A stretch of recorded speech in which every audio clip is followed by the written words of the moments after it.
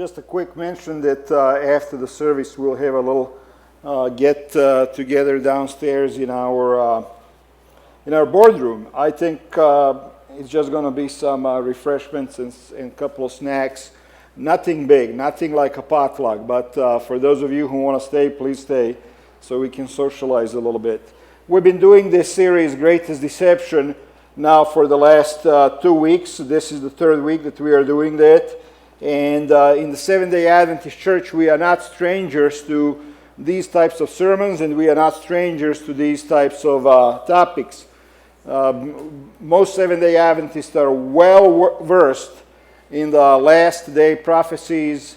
We understand what's about to happen, so I don't want to tell you something that you have already heard and that you already know.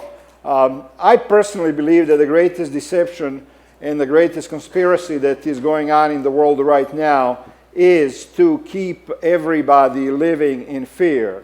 You know, and we see that all the time. People are living in fear all the time because we are constantly being told that something big is about to happen, something bad is about to happen. You got to be ready. They're going to take away all of our rights and all of this stuff. And a lot of this stuff is going on, don't get me wrong. A lot of this kind of activities are going on. A lot of conspiracy theories are not just conspiracy theories, they're actually real events and undertakings by the powerful people to take away the rights of the average human being on this planet. My personal belief is that we are moving towards this idea of one world government where everybody is going to have to submit to one world authority. That's just my personal feeling. And when I look at all of these things, I see that happening all the time. And I'll lay out a little bit of that for you today. And I hope that this will be informational, educational, and hopefully get us to focus on what we really should be focusing, and that is our relationship and knowledge of Jesus Christ. Because without Him, you're not going to be able to survive what's coming on in this world. I also want to say this. I believe that all of these events, all of these schemes and plans, that they are taking time kind of slowly, you know. We are not even realizing the rights that we have lost just since 9/11, you know, in this country. We do not even realize the number of privacies that we have lost in this country just since 9/11. The United States is not the free country anymore that it used to be, you know, 20, 30, 40, 50, or 100 years ago. It's just not, you know. We say we are free and all of that stuff, but we really are not. We are getting to the point where government, and not just of this country, but the government of all of the countries of the world, are going to control every facet of your life, everything that you do.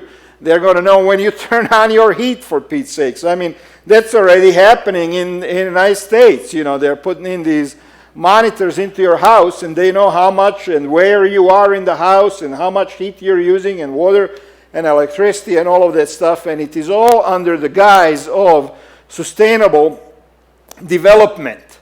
In other words, they are saying the planet, the human beings are destroying this planet. They're destroying it so fast and so quick. We got to take control over this situation, and we got to bring everybody under the control of one government so that we can save the planet. It's not about saving the human beings. It's about saving the planet. So I want to talk about all of that a little bit. A couple of things that were in the news here in the last few weeks. Everybody was saying, you remember I told you last week, a lot of people were saying that September 23rd, which just passed, was the day when the world was going to end. And they were talking about the Shemitah year, the sabbatical year in the Jewish calendar. They're talking about Jews building the temple on the mount there, on the Holy Mount where the mosque is. You know, they're talking about World War III. They're talking, people on internet and on YouTube are talking about the meteor hitting us between September 23 and September 28, so we're not out of the woods yet, you know. And then destroying all of the, you know, majority of the planet, extinction level event. It's supposed to hit somewhere off of the coast of Bermuda, and it is going to supposedly destroy all of Florida, kill 40 million people in the United States, and so on. So this stuff is just going on all the time. Somebody's telling you the world is ending and you better be ready and all of that stuff. I just saw an email. Somebody sent me one of those spam emails where they said that the real date, end of the world date, is November 30th of this year. Why? Because Pope Gregory supposedly in 1567 moved the calendar by 15 years. So this is really not 2015. This is going to be November 30th, and they have a whole logical explanation for this. November 30th is going to be the new year, 2000. And they say, according to the Bible, that's when Jesus is going to come and the world is going to end. So there is no shortage of these prophets of doom. And they're all saying the same thing, and they're all putting together dates, and this is all going to hit very soon, and you better be ready. So what is really truth and what is not truth? You know, we had some major events happening this last week in this country. Pope Francis came to the United States of America and received a royal welcome, by the way. He met with our president on Wednesday. He spoke to the United States Congress joint session on Thursday, and then he spoke at the United Nations yesterday. And this is the 70th anniversary of the United Nations. So the Pope really had the ear of every major leader of every country in the world. So this is something really crazy. How many of you have heard or read or seen Pope's speech to the United States Congress? Anybody? I looked at it, and he gave a good speech about all of the good things that need to happen, environment and stopping the wars and all of that stuff. Basically, in my opinion, and I'm not one of those guys that is always bashing Catholic Church, but basically, in my opinion, the speech was very critical of the United States policies and laws and so on, He was critical of the law that allows gays to be married. He was critical about the law, the capital punishment law that we have in this country. He was critical about our stand on immigration, and it was just criticism, one criticism after another. And I thought there for a minute, and I was just thinking, the guy criticizes the United States left and right, and he receives a standing ovation from our Congress and our president. If anybody else, this is just my take on it. You may disagree with this. You may say, Gordon, this was a good speech. What are you talking about? But this was just my take on it. Comes to our house, criticizes us left and right, and everybody in power, they stand up and give him a standing ovation. Maybe I agree with some of those things. We need a little less. We need to be kinder and gentler, and we need to stop the wars. But I just have a major problem with the religious leader going into a Congress and speaking to our leaders, addressing them, and telling us how to do our business. I have a problem with that. Maybe you don't, but that's just my take on it. But it was a major event that this guy would come in here and tell everybody what needs to be done. The United States is not the perfect country. I'm the first one to say that, and you've heard me many times criticize the United States government and so on, So it's not a perfect country. But at the same time, we take in more immigrants than anybody else. We have some of the stricter rules on environment than anybody else. In America, people rise out of poverty faster than in any other country in the world. So to just come in here and criticize, I just did not find that appealing at all.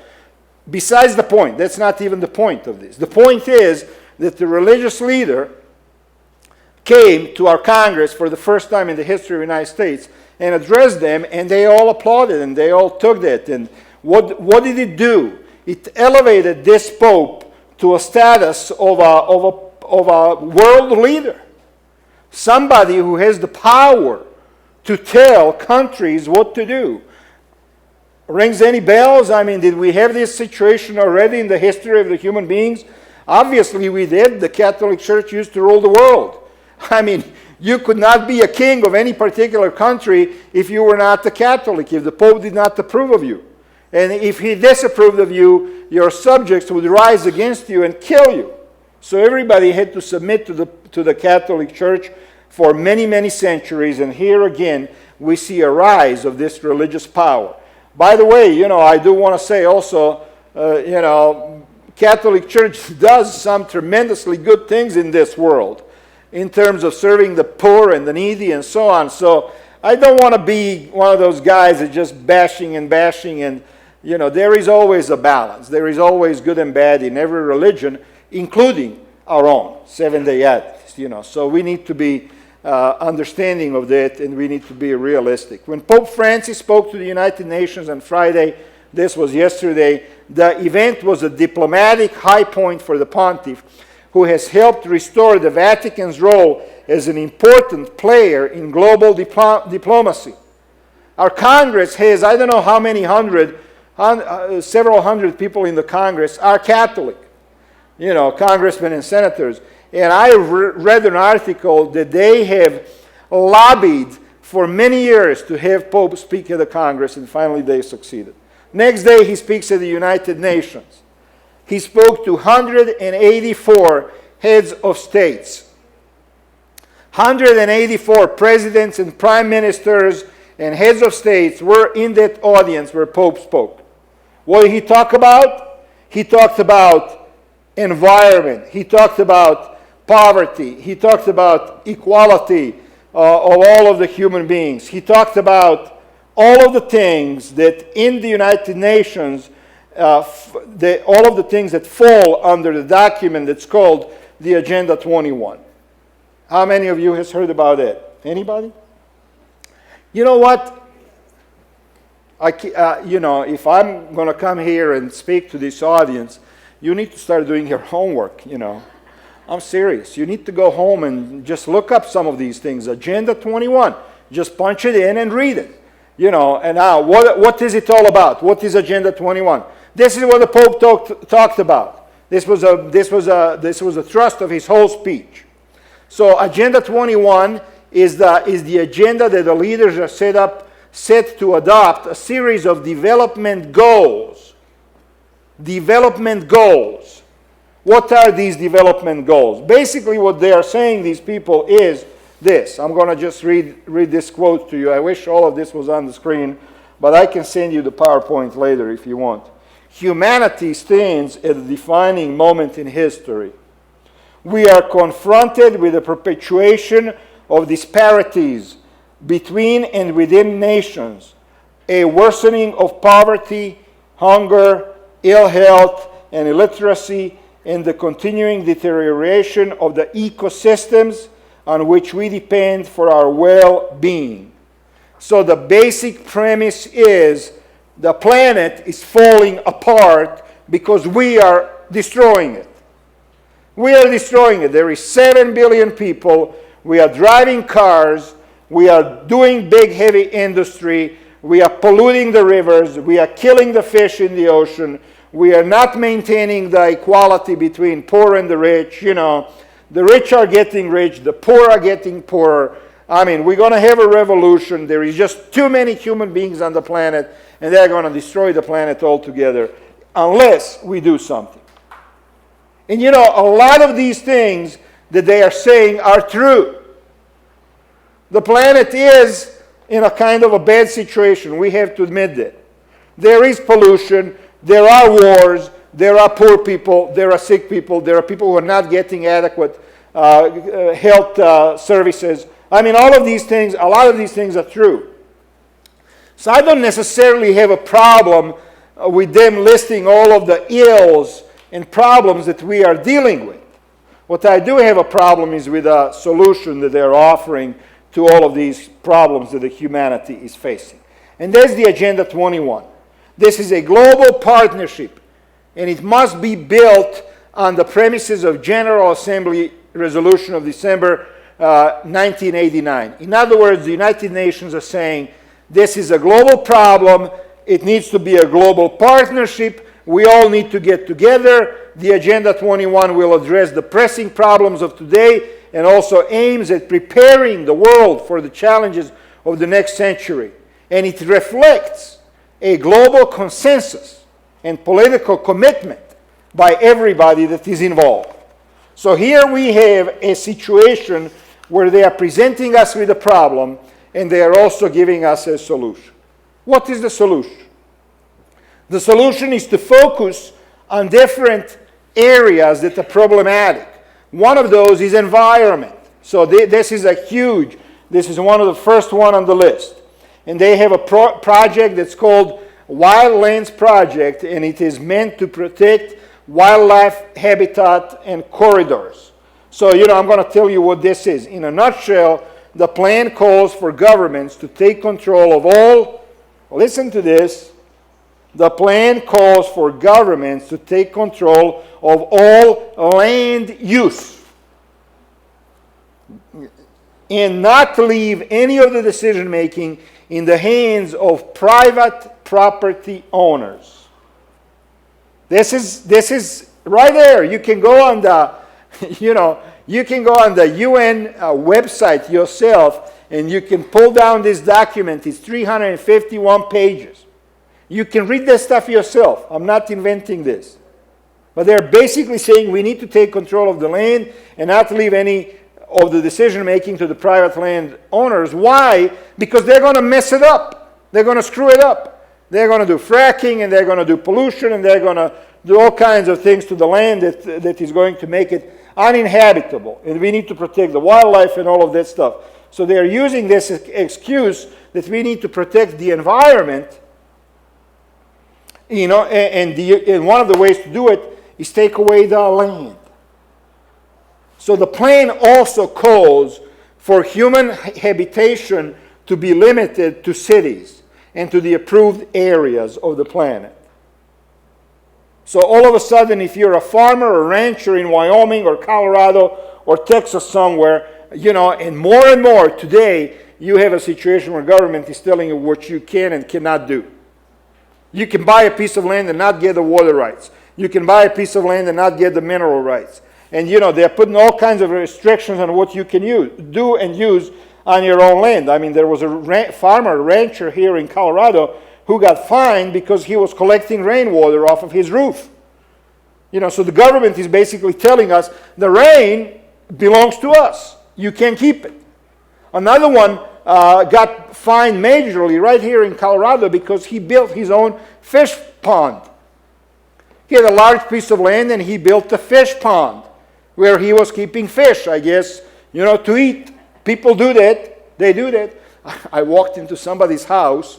It was a Chinese house. And they all spoke Chinese, and I saw all of these statues of Buddha. And then I heard this splashing, and in the living room, I swear, in the living room right there in front of the fireplace, they had this huge, it was like a swimming pool. And it had all kinds of plants in there and fish, big goldfish like this and carp and all of that stuff. So people actually grow fish for food. This guy got fined, and he's going through court system right now because he built a fish pond on his own land. So the government is basically telling you how you can and how you cannot use your own land, because the way you use it may impact the rest of the humanity. So what I want you to understand here is the reasoning, the excuse for taking away our rights. The excuse is environment. We all got to sacrifice. Now how are you going to achieve this? How are you going to achieve this? I want to talk about it a little bit too. But another item on the agenda is energy. How we use and how we spend the natural resources on this planet. So they've come up with the idea of monitoring everyone's activities through, quotations, smart growth, the Federal Real ID Act, and the installation of smart meters on homes around the world to oversee and regulate energy consumption. And Excel is going to come to your house when you're gone, when you're over at work, and you're not even going to realize that they have replaced the clock, a meter on your house that will control how much energy you can spend. Not only that, but I hear stories that these meters can tell exactly where you are in your house at any given time, whether you're in your bedroom or whether you're in your living room or what you're doing. So let me get this. We got smart energy meters now that are controlling when we are in our house and when we are not. We have TVs that actually have hidden cameras in them so they can record what you're doing in your living room while you're watching TV. Not only your movements and your picture, but also the speeches that you're making and the conversations that you're having. I mean, we have a government now that has a complete and total and full authority without ever being questioned by anybody to look into all of your emails, to look into all of your phone records, to listen in on your phone call. There's nothing you can do about this. Nothing. Nothing.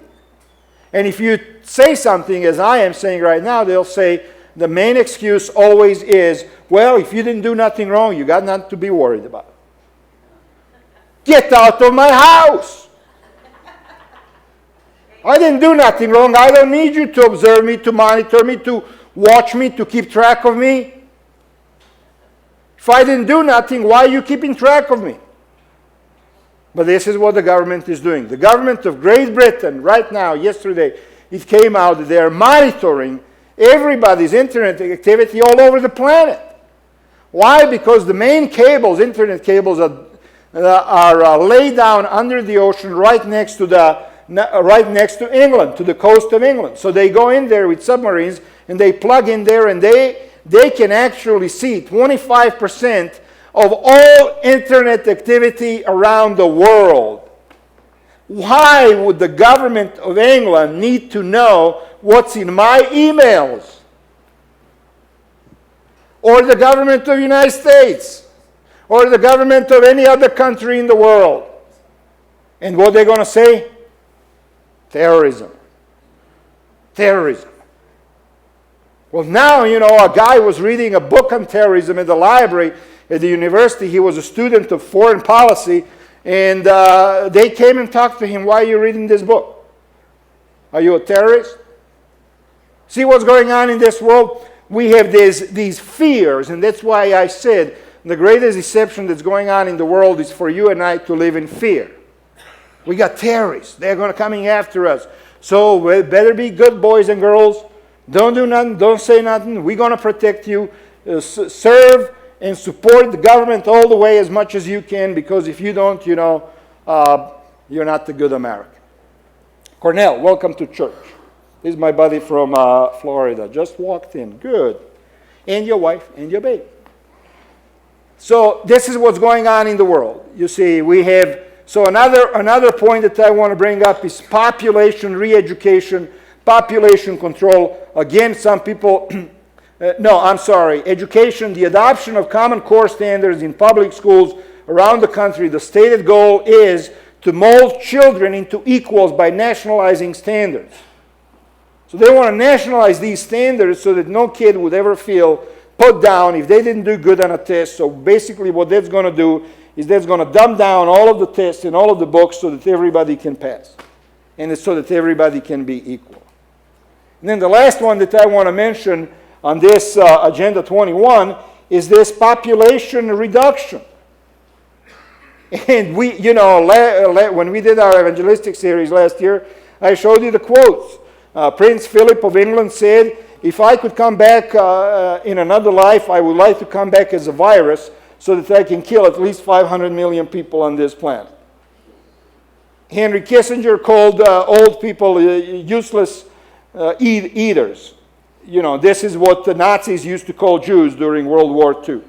You see, and you have this whole movement from Ted Turner and Bill Gates and everybody else, all of these people, they're saying, we can't have 7 billion people on this planet. We need to have only 500 million. Well, what did God say when He gave us this planet? He said, multiply, right? And control. And use, and enjoy, and take care of. That's what He said. Now, what these people are doing, Pope included, and this is why I'm bringing Pope into this whole mix, is they're basically changing the order of things of how God had set it up, and they're saying, no, human beings are not the most important thing on the planet. The planet is more important than the human beings. So we need to reduce how many people we have on this planet. And you know what? I mean, you have now vaccinations that are mandatory in many of these third world countries by the United Nations, and if they do not comply, they do not get aid, financial aid. So they're vaccinating millions of people, a lot of kids, you know. I'm not against vaccinations. I think if you want to do them, go ahead, do them. But if they're so good, then after you've done yours, don't worry about me, because if you're vaccinated, you should be okay. Don't worry about me. You know, but they want to force everybody into this. Why? Number one, so that big pharma can make billions of dollars. Number two, some people are saying to reduce the population because a lot more people are dying from some of these vaccinations than they are from the diseases that they are supposed to be protected from. And then you have all kinds of other things that are going on in the world right now. You know, how about Ebola? How about all of these diseases that are all of a sudden AIDS just came out of the blue, and then all of a sudden you find out that they were put together somewhere in the CIA lab or in one of those, you know, government research facilities. And then they give us these stories about monkeys, and, you know, they basically assume, and oftentimes they're correct, that a lot of people are just stupid enough to believe all of that stuff. And we just go along. Why? What's the purpose of all of this? To create one world government by enforcing uniform regulations and codes. There's the purpose of this. One world government, uniform codes, uniform regulations. How is this going to happen? The Pope spoke about the same things at the United Nations. All of these things, he said, they need to happen. Do you realize that right now, as of now, 178 nations have adopted Agenda 21? Republican platform says we are against it. Many Democrats are against it here in this country, but not as a party. You see, so you have a lot of people here in America who are saying, we don't want it. Well, then people say, well, why don't you want it? Why don't you want it? It's a good thing. It's a good thing. Why do you think we don't want it? I tell you why I don't want it. I'll just read it to you, and you see if this makes any sense to you. The concept of national sovereignty has been an immutable, indeed sacred principle of international relations. It's a principle which will yield only slowly and reluctantly to the new imperatives of global environmental cooperation. Are you following me? It is simply not feasible for sovereignty to be exercised unilaterally by individual nation states, however powerful. This is out of the United Nations text. The global community must be assured of environmental security. It is the responsibility of each human being today to choose between the force of darkness and the force of light. We must therefore transform our attitudes and adopt a renewed respect for the superior laws of divine nature. Am I just nuts here, or does this sound like New Age nonsense? Divine nature? That was Kenny, okay. Divine nature. Principles of divine nature. Superior laws of divine nature. We must submit. National sovereignty. It's been okay so far, but it needs to yield slowly to what? To the imperatives of global environmental cooperation. Current lifestyles and consumption patterns of the affluent middle class, substitute United States, involving high meat intake, use of fossil fuels, appliances, air conditioning. Air conditioning is evil all of a sudden. And suburban housing are not sustainable. A shift is necessary which will require a vast strengthening of the multilateral system, including the United Nations. What we have here is a push for one global government, and 178 nations have signed up to it. But what does this have to do with religion? What do we care? One government. I care. I don't know about you, but I care. Because I want to live in this country. I don't want to live and be a part of the United Nations. I want to live in America. I don't want to live in the United Nations. When I moved here with my family, we came here because we wanted to come to America. And they want to take it, create one government, one religion. Why are they having Pope in there talking? 1.1 billion people follow this man. Whatever he says, it's gold. It's gospel. Representative of Christ on earth.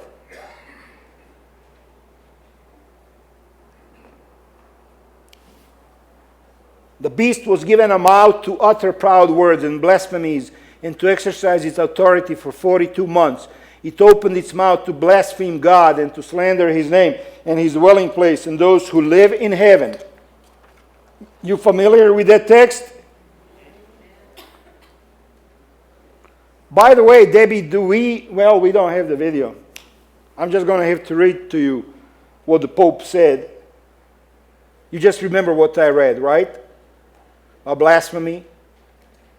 We are not isolated, and we are not Christians individually, each on his or her own.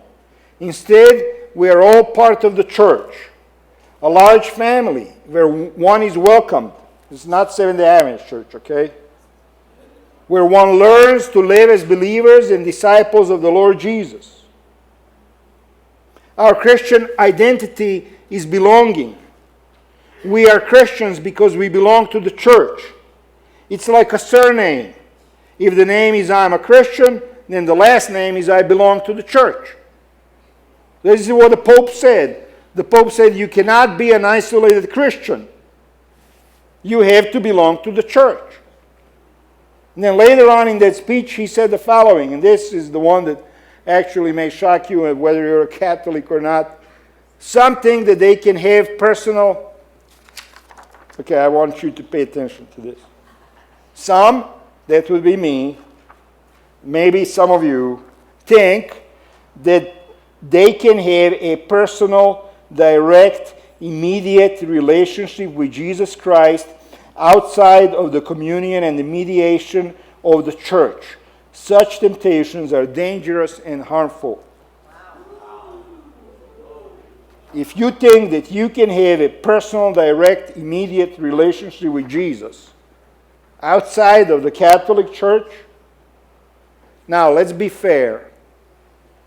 Sometimes we say the same thing, don't we? If you're not the Seventh-day Adventist, you're not going to heaven. That's exactly what he's saying. And we get shocked when he says that, right? Because we know it's not true. And you're not going to be saved. I just want to say this. You're not going to be saved because you're a member of the Seventh-day Adventist Church. You're going to be saved because you have a personal, direct, intimate relationship with Jesus Christ. That's why you're going to be saved. So this is what the Pope said, the leader of the largest religious organization in the world. If you think you can have personal relationship with Jesus, that's a dangerous and harmful temptation. Don't even think about it. John 14, 5-6, Thomas said to him, Lord, we don't know where you're going, so how can we know the way? Jesus answered, I am the way, and the truth, and life. No one comes to the Father except through me. If you really know me, you will know my Father as well. From now on, you do know him and have seen him. John 14, remember that chapter. I am the way. Jesus is the way. 1 Timothy 5:6, for there is one God, and there is one mediator between God and man, the man, Christ Jesus. When Christ Jesus came here in the human form, he gave himself as a ransom for all, which is the testimony given at the proper time. So you know what, folks? We can read, we can be a part of all of these theories, and we can try to understand what's coming in the world and predict the dates and all of that stuff. But the moment you start being scared is the moment you have become completely deceived. The moment you allow fear into your heart is the moment when Satan has won.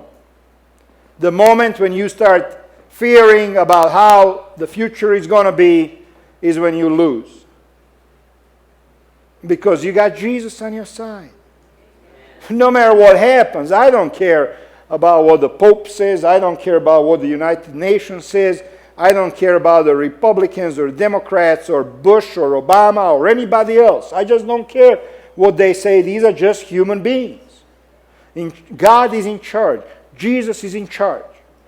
And I can and should and will have a personal relationship with Jesus. And if you don't have one, you ought to have one.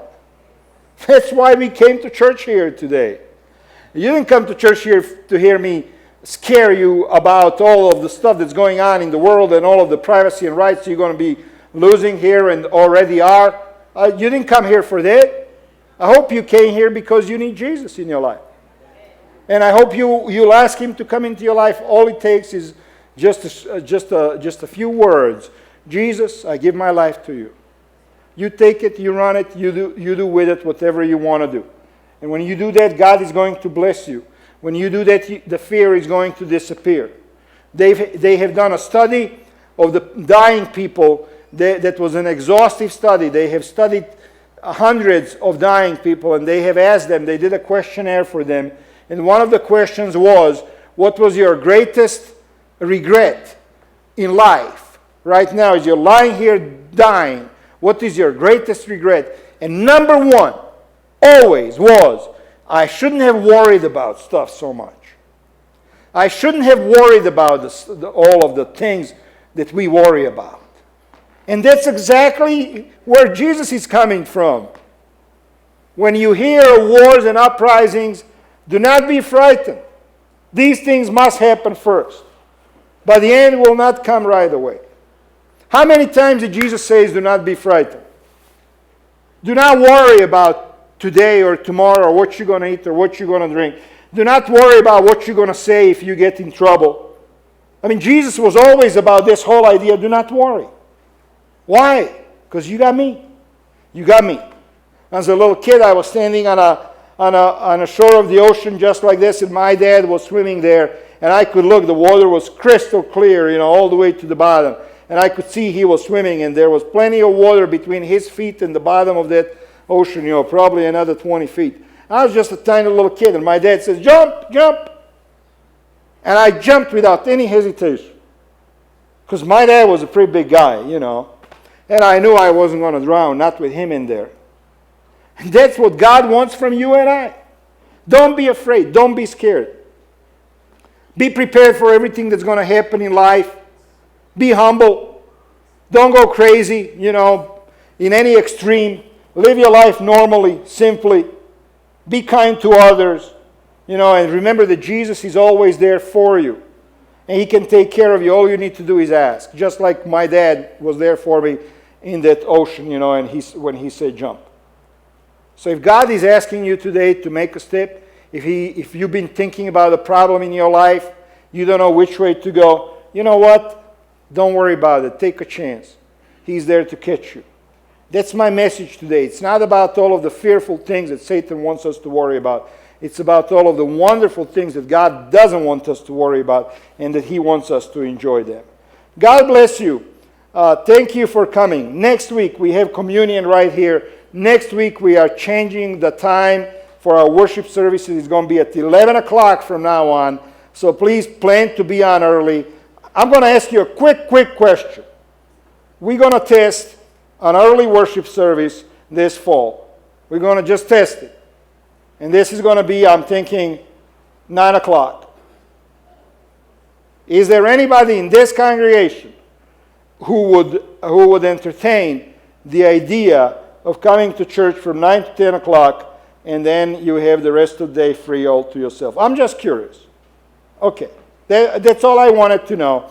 God bless you. I hope you enjoy this. If you want the outlines and so on, email me. Amen. You may be dismissed.